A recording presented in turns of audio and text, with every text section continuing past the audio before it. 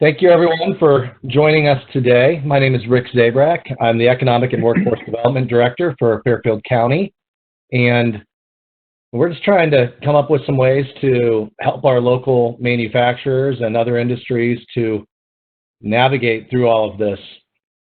Clearly these are uncertain times. There's rules, barriers, and opportunities changing by the day, but one thing we want everybody to know is you have a support group here within the county and within the Central Ohio region that you can reach out to at any time.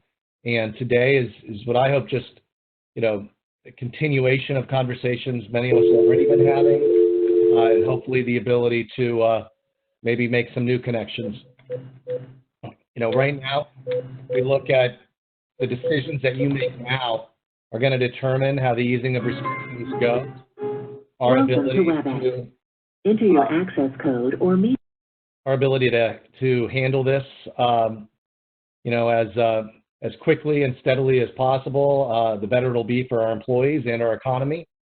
And also just, you've got a team here of individuals that want to be here to work with you. That team is Larry Hanna. He's the administrator for the Fairfield County Department of Health. Myself, Dr. David Stein, who's the senior analyst, MEP at Columbus State. Tom Rogers, president at Mainspring Solutions.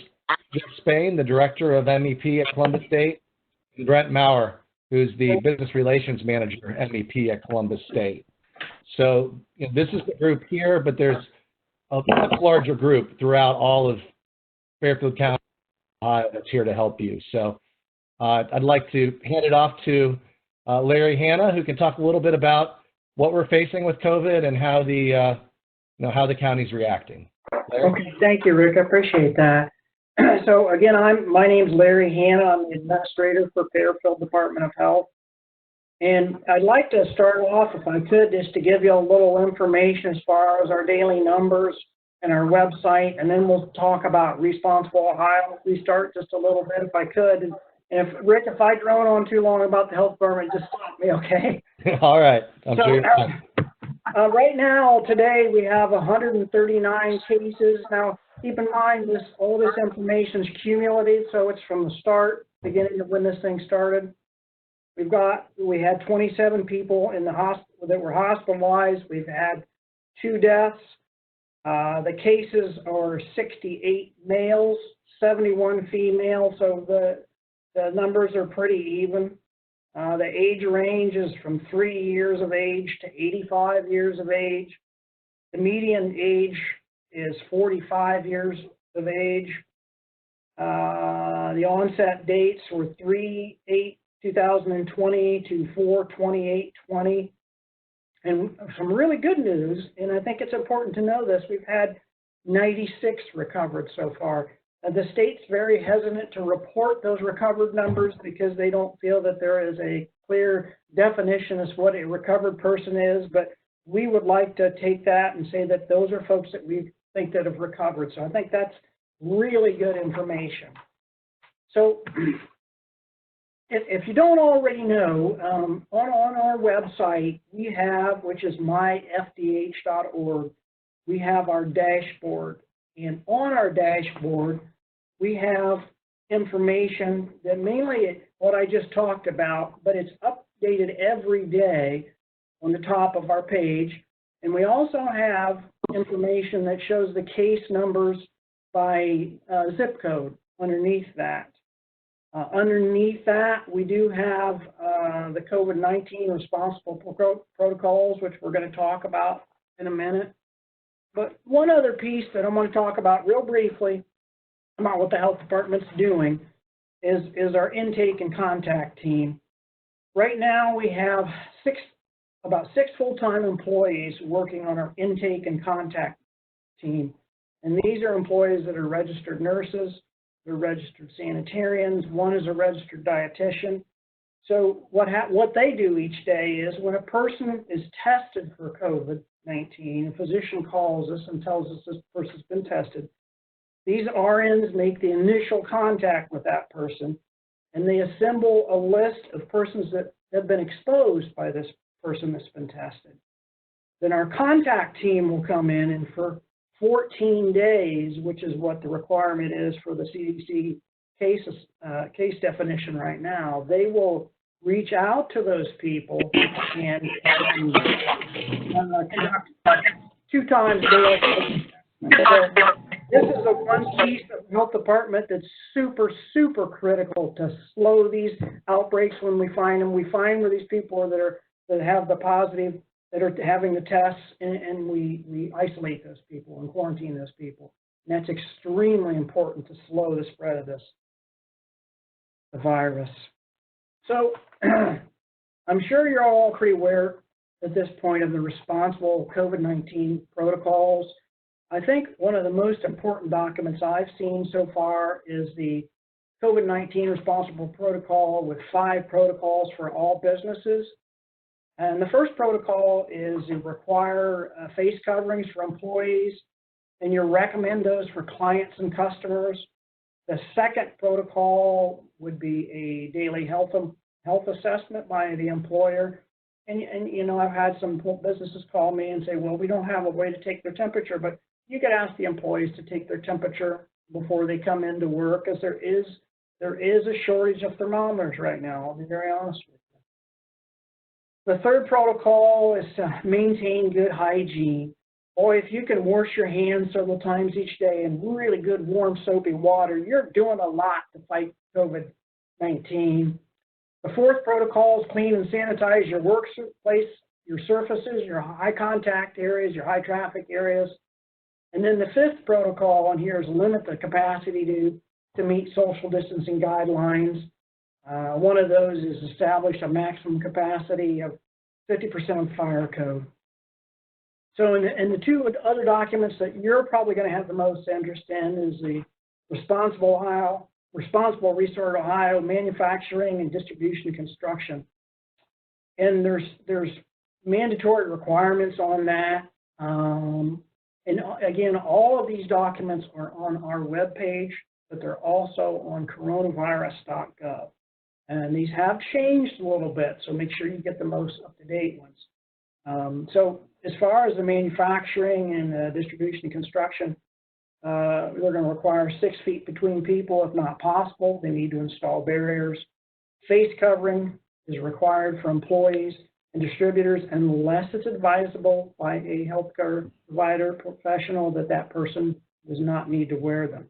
And there are some individuals that will fit in that category. Employees must perform, as I mentioned a minute ago, daily symptom assessments. They require employees to stay at home if they're symptomatic. We must remember our main symptoms are, but there's others since then, fever, cough, shortness of breath, and there's oftentimes a sense of loss of their senses. They can't smell, they can't taste prior to developing the symptoms. As far as the physical spaces and the workstations, daily deep disinfection of high contact surfaces, regulate the maximum number of people in cafeterias. Like in our health department, our cafeteria is pretty small. I'm only going to allow 2 people in our cafeteria. I'm going to allow 4 in our conference room. So that's what you want to make sure people have that space for the physical space, and establish a maximum capacity of 50% fire code. For confirmed cases, you need to immediately isolate and seek medical care for an individual who develops those symptoms while at work, and contact the health department. And then wherever that person was working, shut that area down and do deep sanitation cleaning it. And then you'll need to work with the health department to develop a list of contacts so we can stop and slow that spread. Hey, Larry, this is Jeff Spain. Could you tell us how does COVID spread? Mainly through coughs. It's aerial, but it could easily be spread through contact. And we've been hearing from others about incubation, and I've gotten, from listening to Dr. Acton, everything from 5 to 6 days to 14 to even longer on different types of surfaces. What are you seeing? That's a great question. Anywhere from 2 to 14 days, what we're hearing. You know, to be honest with you, Jeff, Will we know for sure? Yeah, we will in a year or so, but right now we may not. So when they are displaying those symptoms, could you go through those with some of the folks on the call? And I know that you can be spreading or be shedding the virus without showing symptoms, but just in case, what should they be looking for? Well, the main ones are fever, cough, and shortness of breath.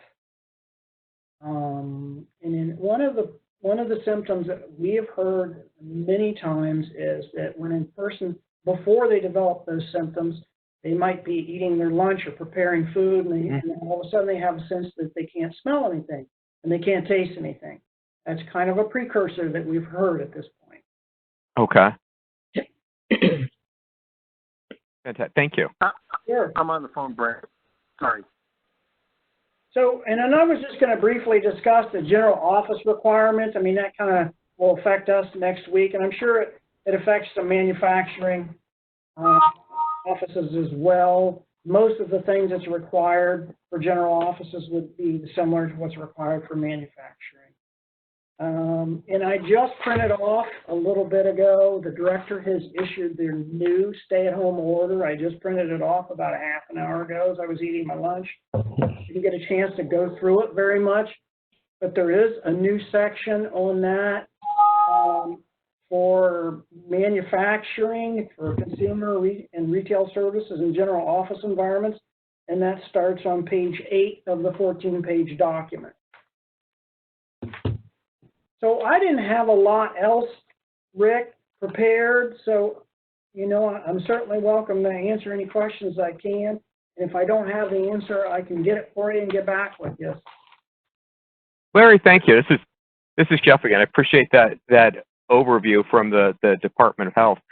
Folks, something I do want to remind everyone of is in the chat feature, if you have questions, Larry said he'd be able to stay on the call for a while, so as questions come up, please put them into the chat feature. We have Virginia Donahue from the MEP team is monitoring chat and will be keeping an eye on that and direct messaging out to some of our subject matter experts to see if we can fit it in the presentation or the last 20 or so minutes of the call we have set aside for questions. So we'll make sure to cover all of those. Dr. David Stein, Senior Analyst with the MEP at Columbus State, and Tom Rogers, President of Mainstream Solutions, are going to talk to us a little bit about some mitigation strategies that are available and how to stop some of these transmission pathways from happening. Dr. Stein, would you mind taking it over? Good afternoon, everyone, and thank you to Larry. It's really so important to understand how this disease spreads, because the advice we're going to be talking about is really just how to break those chains of transmission. You know, and it's really, the virus is being shed through respiratory droplets and out of your nose and your mouth of an infected person. It's either going to go directly to somebody who's unaffected if they're close enough, you know, whether they're inhaling it or it's just getting onto their body that they're touching, or it can go to a surface. And you can cough onto a surface, somebody else who isn't infected can touch it, and then they can touch their hand. And that's another way to transmit this virus. So the advice we're going to be talking about, and Larry already mentioned a bunch of those, the ones that come directly from the state that are mandatory. It's practical advice that we've got from federal sources, sort of the CDC and OSHA. They're looking at this. Industry resources, so the National Association of Manufacturers, the Ohio Manufacturers Association, things that have already been working in the field for businesses that are essential and have been staying open, and these state guidelines, and the states obviously sort of going out with those same kind of resources that they're working with. So as we go through these, you'll see some of these bullet points are in italics, and those are the ones that are in the state guidelines that Larry just talked about that are mandatory for manufacturers here with these new public health orders. So, but another thing I want to mention as we get started here is just every manufacturer is unique. These are best practices, but you're going to be going around your facility trying to figure out how you can apply this advice. And you're going to find situations where you're not sure how to comply. And so when you see those situations, first I would say how to take that step back and think about those transmission pathways and how you can interrupt it, because that's all of this advice is sort of built on that, and that'll help to guide you. And second, there's a reason that as this was being put together, it was so important to have the Fairfield County Department of Health there. They're the ones that are in charge of enforcing these orders. And so they're there to work with you to make sure that you're complying and to find ways for you to comply, or if for some reason you can't, help you to minimize the risk to your employees. So the MVP is also here to help. We can help come up with some ideas. We can help implement those ideas if you need it, but we will be engaging with the Fairfield County Department of Health or the health districts or health departments in the other counties we service. So it really is a team together figuring out how we can do this. And lastly, before we get to the advice, I just want to scare you just a little bit. If you look at where the big clusters of outbreaks are right now, it's places like meatpacking plants, prisons, and nursing homes. And I'm not trying to say that any manufacturer in Ohio is like a meatpacking plant. I mean, they've been having issues for over 100 years here, but it does show the danger of what happens if you've got people who are very close together for long periods of time inside, they don't have the proper PPE, and they're not going through the proper hygiene regimen. It could just rip through your facility, and so we really do want you to take this seriously. So now on to the strategies. Strategy one is try to keep that virus out of your facility in the first place. So step one, it's a mandatory one. Larry's also, well, maybe he didn't mention it, but you want to enable as much remote work as possible among your office staff. You might think to yourself, this isn't fair that some people have to come in because their job's required and these people can stay home. But think of it this way. Anyone who's not at your business or at your facility is somebody who can't pass on the virus. We're really just trying to remove interaction. So by having people working from home, you're not just protecting them, you're also protecting the people who do have to come in. So as much as you can, enable the remote work. Along with that, you want to control access to your facility. You want only essential staff and visitors, and you want to make sure that, when their shift is done, that they go home. And so they're not there longer than they need to be. They're not loitering around. You don't have visitors who don't need to be there. It has to be essential. You're going to probably want to have just one entrance that's being used so that you can keep track of who's coming in and out, and it's easier to control. Now, the next step, and this is something that was mentioned, daily health assessments or symptom assessments. That is the employee's responsibility to check if they've got a fever, to check if they have other symptoms, and if they don't, to stay home. But it is something you want to impress upon your employees to be doing every day. And as much as you can, try to track that. The second there, it's just stay home, go home when you're symptomatic. A lot of those symptoms overlap with other diseases. It may just be seasonal allergies, but until you're sure of that, you don't want them in your facility. It's no time for toughing it out, because again, one person who's there who's symptomatic and is contagious can infect multiple people, and then they can infect multiple people before they get caught, and this can quickly start taking out large percentages of your workforce. So we really need to kind of change the culture of working in America that if you're sick, stay home. Again, this is kind of a change of a culture. It's a little bit different. So you really want to try to reinforce that new culture through communication, whether it's signage, trainings, which may not be able to be in person if you can't have that many people in a room. So you might have to do emails, you might have to do text, little videos, any sort of thing. But you do want to sort of consistently reinforce your culture through communication. And the last thing is not what's happening inside of work, but just let your employees know that what happens outside of work is important. We are starting to open up, but it's not time to go back to our lives as it was in January. You still aren't supposed to congregate with people. You try to limit the number of shopping trips you take, that sort of thing, because what happens outside of work also affects what happens inside of work. And so we're always just trying to keep everyone safe. Now let's move on to strategy two. That's enhanced hygiene measures. Again, Larry mentioned this, proper hand washing. It's the soap and the rubbing motion that breaks down the virus. You want to use soap every time. 20 seconds lets you get all sides of the hand, back, front, sides, tips, everywhere. And you want to be doing that many times a day.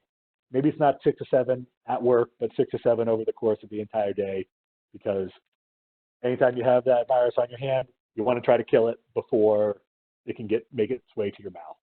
There are going to be places where you'd like people to wash their hands, but you don't have a sink around. So hand sanitizer is great for that. The 70% alcohol-based hand sanitizers, you get it, have it available in key areas like entrances and into the building, entrances onto the plant floor, those kind of places. Second, as you're trying to train your employees, try to get into the habit of not touching your face. It's very hard. I've already touched my face just while I've been on this webinar. I'm doing my best not to, but you just kind of have to keep thinking about it, keep people thinking about it, try not to touch your face, because anything you touch on a surface, you're bringing it onto your face when you touch it. Again, coughing and sneezing, that is a way. It's a forceful exhalation of everything that's in your lungs and in your throat. So you want to try to contain that. Best is a disposable tissue, something you can use and then throw out. Tissues are very cheap, so if you can have those everywhere along with little trash cans, people can always have one when they need it, cough or sneeze into that tissue and get rid of it. If you don't have a tissue around, use your elbow, because you don't generally touch your elbow throughout the day, so you're less likely to touch it and then touch another surface or touch your face. Another thing that Larry had already mentioned, disinfecting high contact surfaces. That includes desks and workstations. The state mandates daily that you have to do this. Best practice is going to be doing it multiple times through the day, particularly a desk, maybe only one person's there, but you talk about doorknobs or the rest of doors, you're talking about counters and break rooms, conference tables. I mean, these are some really high contact surfaces that many people through the day are going to be touching. So you're going to want to do that. If you've got workstations with multiple shifts, you definitely want to disinfect between shifts. And then lastly, as you're talking about disinfecting these high contact surfaces, don't forget those transient surfaces. It's easy to walk around and see your desks, your tables, your counters, your workstations, but things like carts, vessels that are holding raw materials, those works in progress as they're moving from workstation to workstation, those are surfaces that get touched by multiple people during the day. So you want to make sure you're disinfecting those as well. So for the next two strategies, I'm going to pass it off to Tom Rogers. He's a partner with the MEP at Columbus State. He's been in the operations, optimization, and supply chain business for over 30 years.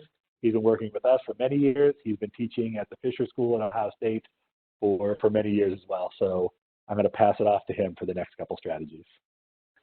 Thank you, David, and I apologize for, up north here we have some technical difficulties, so I'm doing this about as blind as I can right now, so hopefully all of you will get the information we need. Anyways, so, David talked about how from a personal standpoint and a facility standpoint, what we're trying to do to not let the virus get in and mitigate those risks. Well, now, again, we're looking at opening our facilities. We're having people come in. So social distancing that we've become accustomed to, now we have to start putting it into our daily routine at work. And so what does that really mean for all of us? How do we approach that from our facilities? And what are the things that we need to think about? Again, if we take that simple rule, the highest risk, that 6-foot distance between everybody, when we walk through our facilities and we look at the processes in our facilities, whether it be receiving, put away, picking, shipping, to raw material, to WIP, to finished good assembly, manufacturing operations, how are our facilities laid out to allow us to keep that 6-foot distance? And that's the thing that, again, we need to start walking through our facilities and thinking about finding those tape distances and the shields, everything that we can do to keep that 6-foot distance, but then be able to operate our business. The other things that we have to start thinking about as well are those low-risk interactions. Again, when we are walking into the building at shifts or shift changes or huddles where there are lower risk interactions, but there's still people passing each other. So how can we set up our operation to minimize this traffic. And so, again, things to think about. Again, avoid putting people in enclosed areas for extended periods of time. Morning huddles, if you have a management huddle, if you have shift changes, if you have locker rooms, what are those places where the offices, conference rooms, what are those places where, again, these normal day-to-day operations that we would have had people in enclosed areas for extended period of time, we have to think differently. As well, these common areas, when we think about breaks and break rooms. Good news is Ohio weather is getting a little better, so we don't necessarily have to have everybody in the break room at once. We can allow and promote being outside for your break, being in your car for your break. We can promote opening dock doors for potential airflow. But what are those places where, again, we can limit it? I have clients and friends that will take the chairs out of break rooms and conference rooms to force the issue of social distancing. So just be thinking about that as your facility opens. Look at, again, David talked about this, desks, workstations, making sure that you have that 6 feet of separation.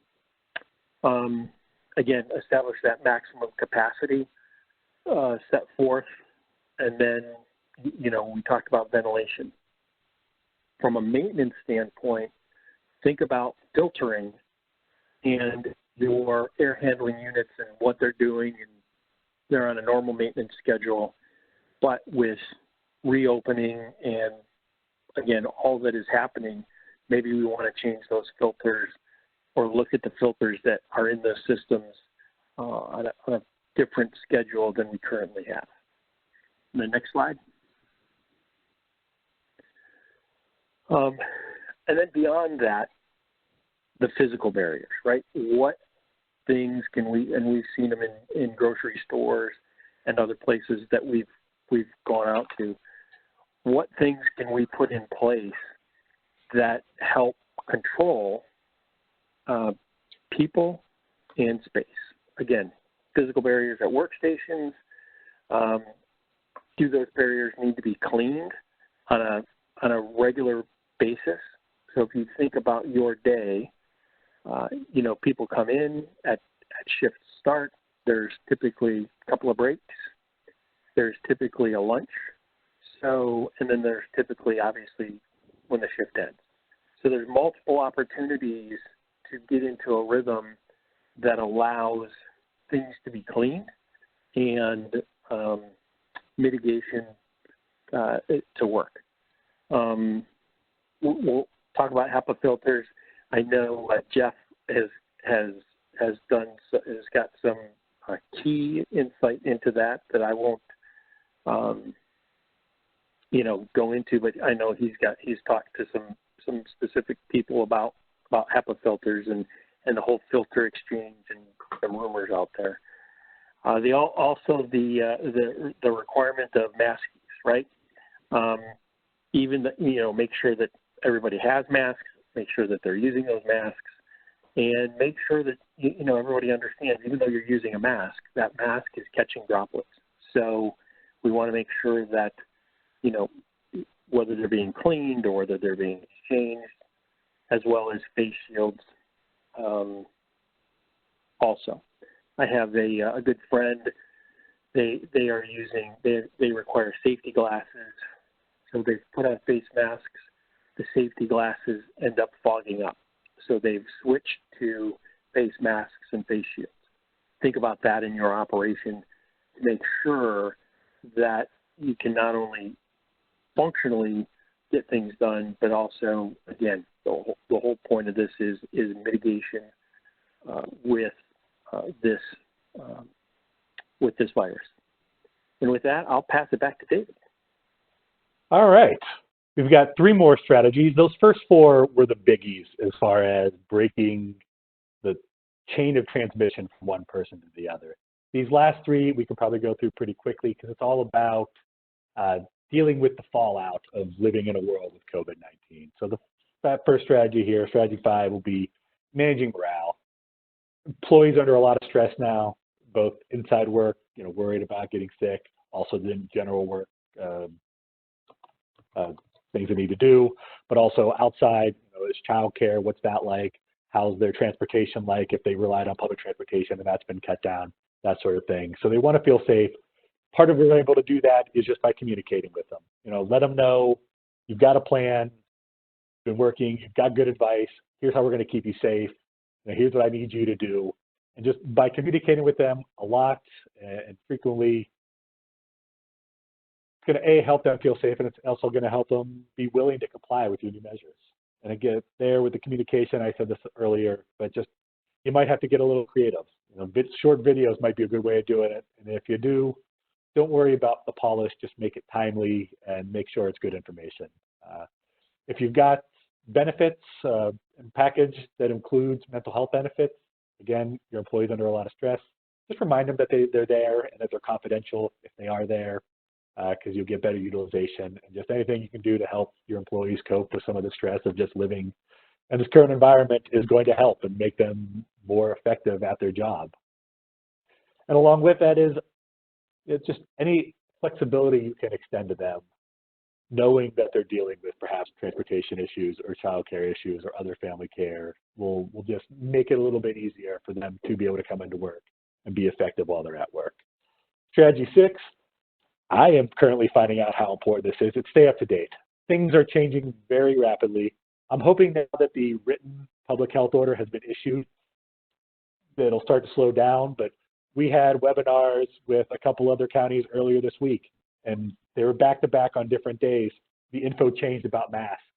I think our slide still said it was highly recommended. It's back to being required for employees with some exceptions. So it had gone from required for everyone to recommended back to partially required. It's just things are changing fast, so just make sure you are looking out for new info. Last strategy here. Wait for this slide to change. Yeah, it's just don't forget the basics. I mean, we're putting a lot of info onto you right now. You're going to make changes at work, and it's going to be the tendency for people just to focus on that new information. But you still want, there's all sorts of other safety issues or potential dangers in a workplace, particularly in manufacturing.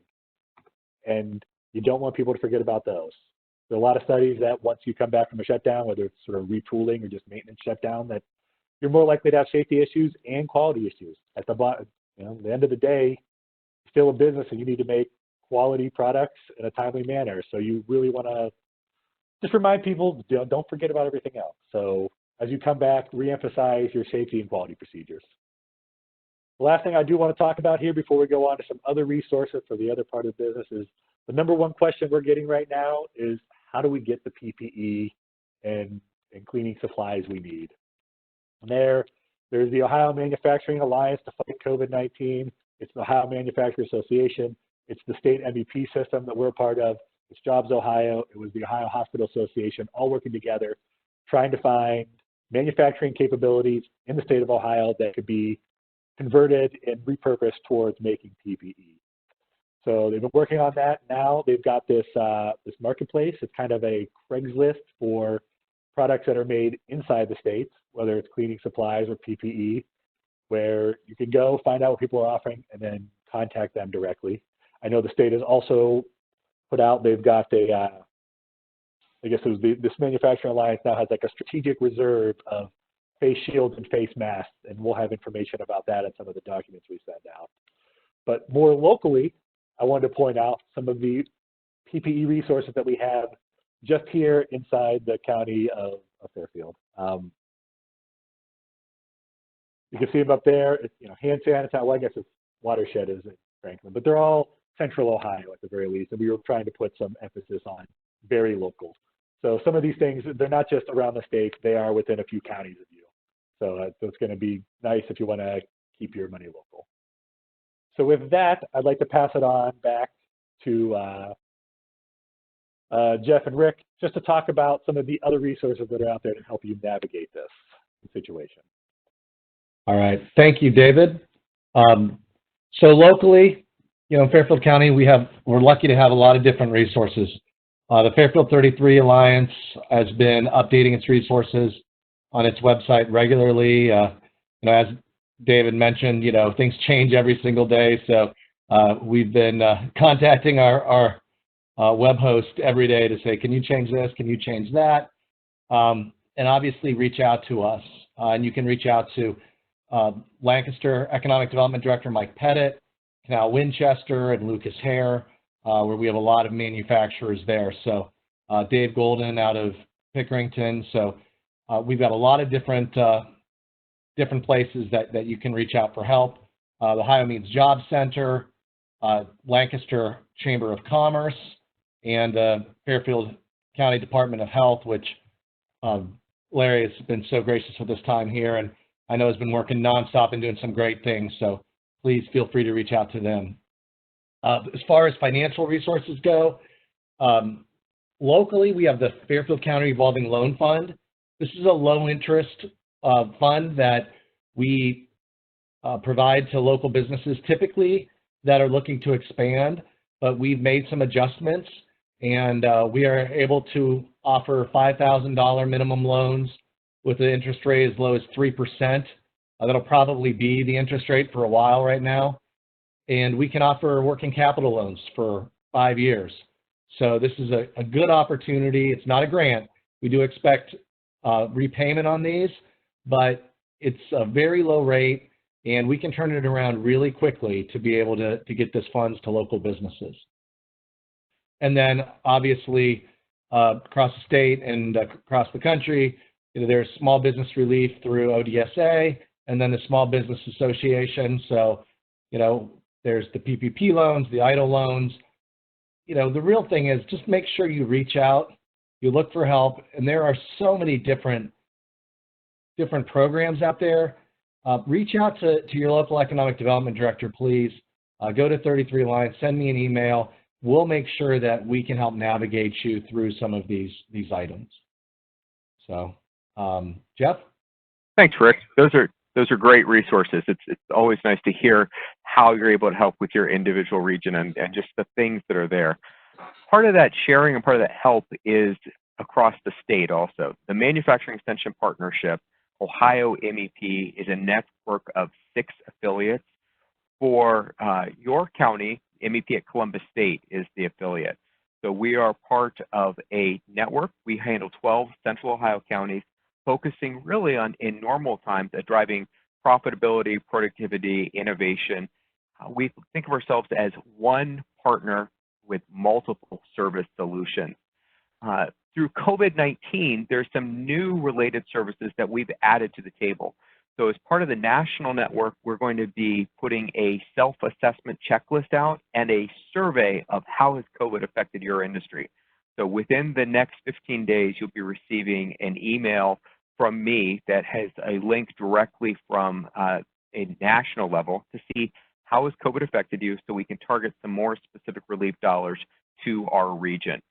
We've added on some free assessments by our team, and these are our assessments without fee to employers, to manufacturers, to be able to help you, to be able to see how can we get stuff up and running. How can we help with your cybersecurity needs now that you suddenly have a plethora of folks that are working remotely? How are you up to speed getting everything you need to keep your organization safe? And some different workforce strategies that are available. We heard very early on the need for some training and development services remotely. We had folks that were running into some technical issues. They were having one of two things happen. Either they were trying to not furlough employees or not lay folks off, and because of a reduced workload, didn't have quite enough to keep them busy, so wanted some meaningful training development activities, or the opposite, because of social distancing, they were having people that were taking on roles or responsibilities that weren't normally part of their duties, and they didn't have the knowledge, skills, and ability to do those things. We stood up a virtual manufacturing training center in partnership with Columbus State that is using simulators. So they are digital simulators as opposed to handheld trainers to teach people the knowledge, skills, and ability they need. The MEP is subsidizing the training program, so we're covering 75% of the cost during the next 90 days or so to put people through 3-month certificate programs. The remaining 25% that companies are paying, we've worked with the governor's office, and when they reauthorize the tech cred program, we'll be eligible for reimbursement.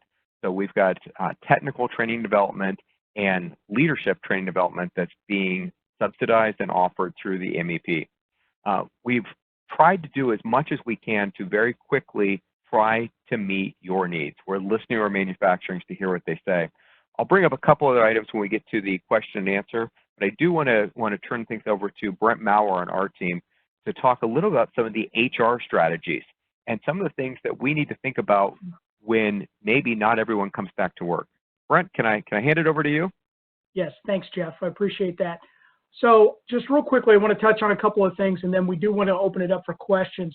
So if you have some questions, go ahead and start to put them into the chat, and Virginia will then organize them and get the questions out as we're wrapping up. So we're about 5-7 minutes away from questions here. One thing I want to talk about real quickly, though, is your workforce. Your employees are your most valuable asset, and how you interact with them over the next few months as we're going through this COVID-19 crisis is going to have a lasting impact on your company. So the recommendation that we're giving to manufacturers and our clients right now is talk to each employee. Have a one-on-one conversation with them about their concerns. And they're going to bring up what bothers them, what they're concerned about, and they may even ask for accommodations. Likely it's going to be something in the line of some PPE equipment that you can source for them.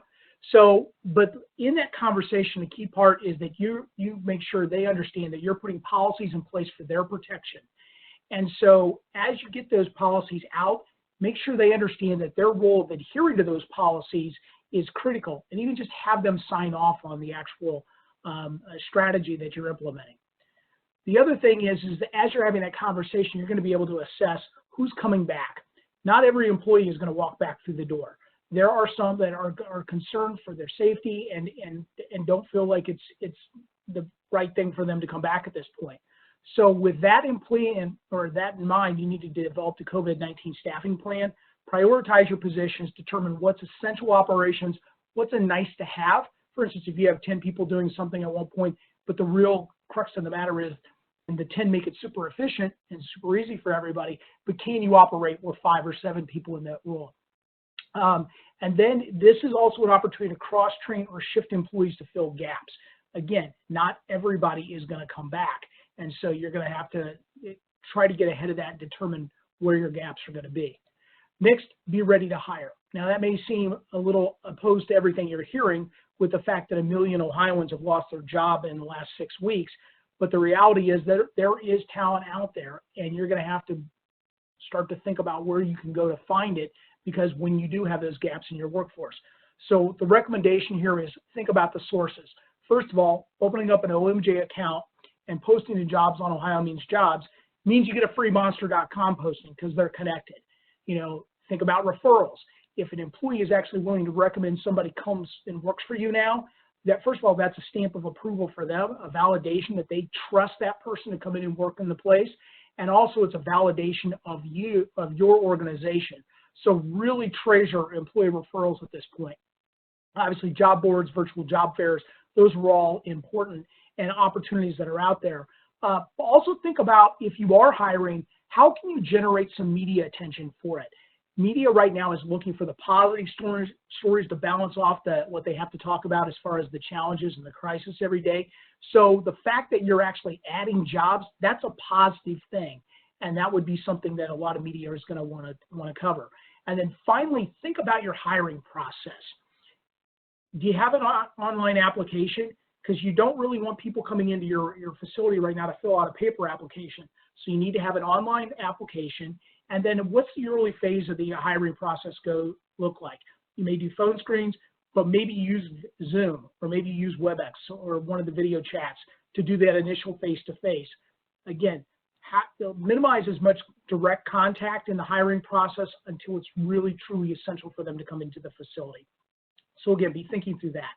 So finally, just a reminder, you are not in this alone. challenges are going to come up, and this is going to be a moving playing field. That things are going to keep shifting over the course of the next 6 months, 18 months, whatever it is, until they get a vaccination. So you have a lot of partners in this. And one of the things I want to throw it back over to Rick to talk about some of the partners that are here to help you with workforce in Fairfield County. Rick?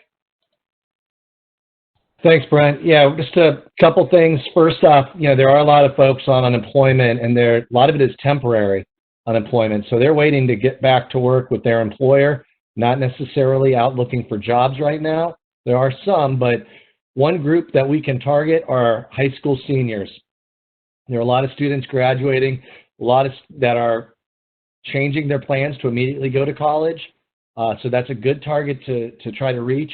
Our career readiness program has 180 seniors that received an endorsement, and they're out there looking for jobs. So if you reach out to us, we can connect you to them.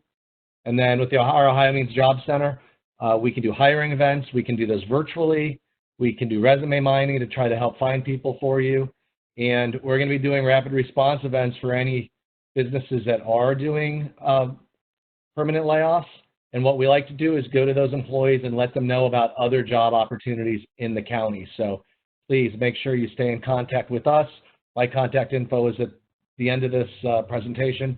Please feel free to reach out to me to be able to do that. Well, thanks for that, Rick. That brings us to some of the questions, and we have started getting questions that have come through the chat. It looks like a number of them are directly to Larry. So Virginia, would you mind reading some of those off? And Larry, can you jump in with some answers? Sure, absolutely. So Larry, can you share a little bit about what general complaints you receive regarding local businesses and how you respond to those complaints? So normally what we do, thank you for that question. Normally what we do, and we have had, I would literally say, hundreds of calls in the last few days. Literally what we'll usually do is just reach out to the business and try and talk to them what processes that we're doing and what measures they're putting in place to interrupt the virus. And we've had, to be honest with you, I've been very impressed with some of the conversations I've had and some of my staff had, and the efforts that the local business communities, because they've really thought this through, a lot of folks. I'm very impressed. Good. And Larry, one of the things we're curious about, if businesses have questions about how to do some of this from a medical perspective, is your team available to take questions, to meet with them? What's the best practice for that? Well, if it's a medical question, certainly we could bring our nurses involved with it and our health commissioner if we needed to work that through. Perfect. Thank you. I will share also from the MEP at Columbus State perspective, we do have engineers and team members that are available to provide some assistance and some direction for if you need to look at how do you do some of the spacing that Dr. Stein talked about. How do you perhaps reevaluate some of the workflows if you need to change things? We've been working with a couple of companies that are looking at how do they install new shielding on their equipment. So whether you're a great company like Blue Label Digital looking for how to set your folks up, or one of the other, and Andrew, I'm just calling you out because I saw you on the chat earlier, or you're one of the other companies that's looking at how to set stuff up. We do have resources available to try to be of assistance there. One of the questions I saw came across when Tom Rogers was talking about HVAC filters. And Tom referenced a conversation that I'd had about filters. We had some guidance that came out about changing the frequency that you update your filters within your HVAC. So we reached out to Professor William Hiley at Columbus State Community College's HVAC department. And Professor Hiley shared that he had heard people talking about stuffing extra filters in. As Professor Hiley was sharing that with me, I could almost see his head exploding over the camera, saying, do not do that, that they're very specific filter sizes for your HVAC units, and talk with a good technician about what to put in. He did recommend that HEPA filters could be good for this time period. And he brought up an important idea that I hadn't thought about before, and that's donning the appropriate PPE when changing your filters, while we're still trying to figure out how the virus is working there. So things to think about with filters. Questions we also saw, Dr. Stein mentioned tissues, about putting tissues in trash cans everywhere you can, and I echo what David said. Tissues are inexpensive. 6,000 tissues on Amazon right now, about $89. A couple trash cans at $3 or $4 a piece, it's not a large investment. If you compare that to the cost of having 5, 10, 50 of your key employees suddenly out at one time, a few tissues and some trash cans are definitely helpful, and the hand sanitizer could come in handy. We mentioned the Governor DeWine's Manufacturer Alliance Marketplace. We will send you links to that marketplace, but that is PPE made by Ohioans for Ohioans, and there are some great pieces on there. There are face shields that are being generated here at cost for individuals. Face shields are a great way to keep your folks from touching their face. There are cloth masks that are available. Thermometers are incredibly hard to get by, but we are still seeing them on Amazon at about a 5 to 10 day delivery period for the thermal scanners. Talk with your janitorial team. Talk with your janitorial suppliers about how they can specifically update their cleaning regimen. I did have a question on a previous webinar asking about what Columbus State was doing. If you remember, Columbus State's a school of about 27,000 students, about 4,000 employees. We worked with our vendors and we are cleaning classrooms right now once a day. We're closed to on-campus activities and we're still cleaning classrooms out once a day to go through and make sure that door handles are being cleaned. Everything is there as a just in case. So work with your janitorial folks. I think we've gone through all of the questions. I want to clarify that with Virginia. Virginia, did we miss anything key?